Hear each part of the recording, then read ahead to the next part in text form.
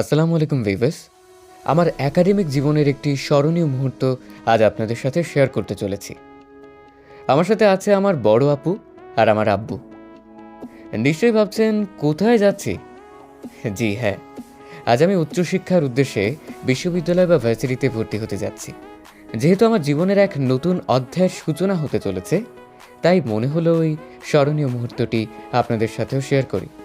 কিছুদিন আগে অনুষ্ঠিত নর্থ সাউথ ইউনিভার্সিটির ভর্তি পরীক্ষায় উত্তীর্ণ হয়ে আজ আপু ও আব্বুর সাথে মিরপুর থেকে বসুন্ধরায় যাচ্ছি ভর্তি হতে।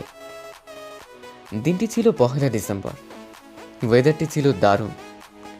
ঢাকা শহরের যানজটকে উপেক্ষা করে বেশ সকাল সকালই রওনা দিয়েছিলাম আমরা। আনন্দ, উচ্ছ্বাস ও উত্তেজনা মিলিয়ে এক মিশ্র অনুভূতি কাজ করছিল।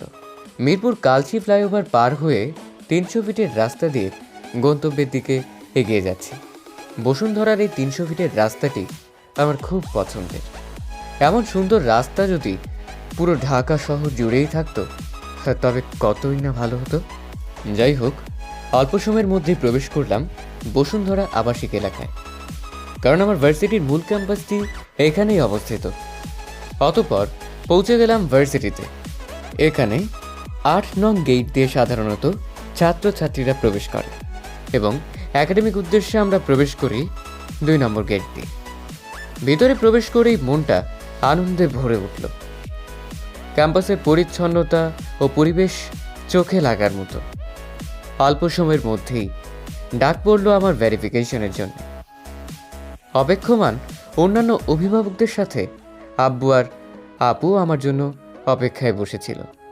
আমার ভেরিফিকেশন চলতে চলতেই অপেক্ষার ফাঁকে আব্বু ও আপু ক্যাম্পাসের এই অংশটি ঘুরে ঘুরে দেখছিল। তাদের কাছেও এনএসইউ এর ক্যাম্পাসটি বেশ ভালো লেগেছে। কিছু সময় পর ফিরে এসে টাকা জমা দিয়ে ভর্তি প্রক্রিয়া সম্পন্ন করলাম।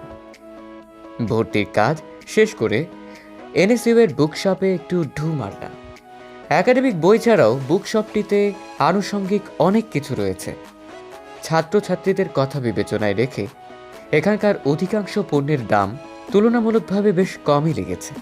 সম্পূর্ণ বুকশপটি ঘুরে দেখার পাশাপাশি আপু আমাকে এনএসইউ এর লোগো সম্বলিত ডায়েরি ও কিছু খাতা কিনে দিল।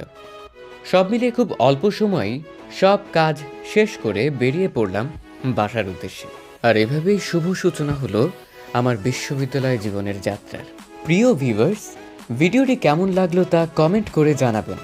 আমার আগামীর দিনগুলো যেন সহজ ও সুন্দর হয় সেজন্য দোয়া ও আশীর্বাদ রাখবেন।